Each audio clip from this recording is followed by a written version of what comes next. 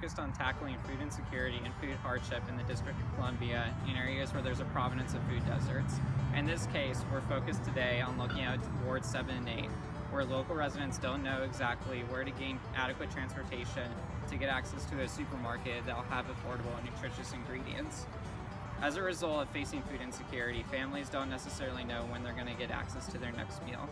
Our proposal focuses on a Blue Apron type model where we build a volunteer network within the DC community to help families bring ingredients to other families within wards 7 and 8 and teach them and cook with them to learn how to build sustainable, affordable, and nutritious meals moving forward.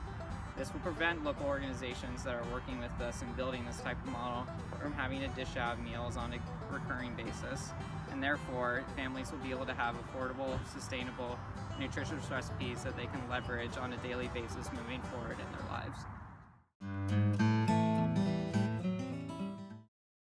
We spent a fair amount of time talking about how can you push grocery stores to go into lower income places. And we spent some time talking about how do you subsidize healthy food, and what are sort of the public benefits programs or other, public education programs, all that sort of stuff. But I don't think we always spend enough time talking about the other sort of underlying drivers of sort of the broader socioeconomic drivers of food insufficiency. And it's really an issue of poverty, and how do you address poverty in cities? And one of the benefits of that is that you likely would increase food security, but it's not, you aren't necessarily doing X because it improves food security. And these are neighborhoods where you have a lot of people on SNAP, WIC, or Senior Farmers Market nutrition vouchers. They don't own cars. There's not a grocery store. It's not served by a farmer's market. This is the living embodiment of what you guys are talking about.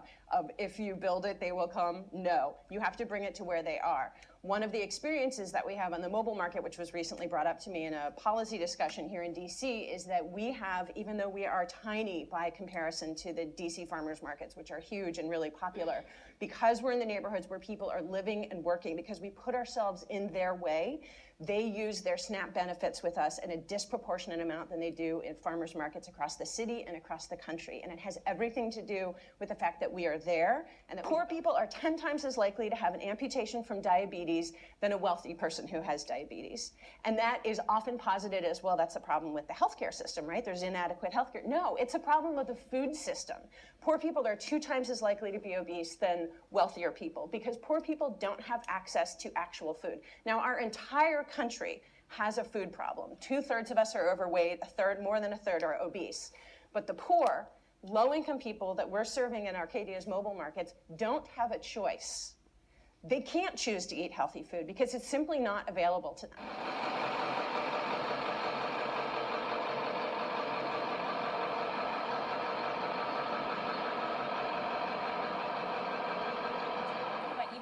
At Mobile Market is great because there's not a lot of places around here to get.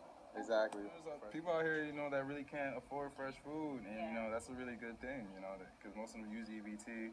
I feel like things like this available for people is just great.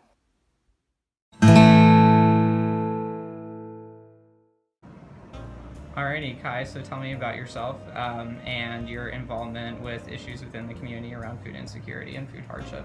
Sure. My name is Kai Panton, and one of the things that I really enjoy doing is participating in service leadership. And one of the things that I really enjoy doing is working with a local nonprofit named Bread for the City. They provide wraparound services for low-income DC residents, and it is something that is very near and dear to my heart. Bread for the City has been around for very many years in the DC community, and I have actively been involved with them for about 12 years. And Kai, what have been the prevailing issues that you've noticed in terms of DC's continued fight to tackle food insecurity and food hardship, particularly as we think about wards 7 and 8, which have prevalence of food deserts and other issues that may prevent families from having access to healthy, nutritious food and being able to cook that?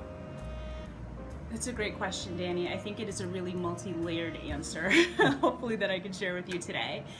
What I have personally noticed is that there really is very limited access to fresh fruit and vegetables. And then once people do get access to food, whether that food is canned food or if it is frozen food, a lot of the time the food is basically covered in either pesticides or it is preserved in some way, shape, form. And honestly, our vulnerable residents in Ward 7 and 8 tend to have some health issues that we need to be thinking about. So ideas that high blood pressure, high cholesterol, diabetes, all of these things feed into exactly that issue of food scarcity. So if buying Cheetos, for instance, is cheaper than buying carrots, what are you going to buy to feed your family? If funds are tight, obviously you're going to be focused on quantity of food. Healthfulness is not necessarily the first thought in your mind. Yep.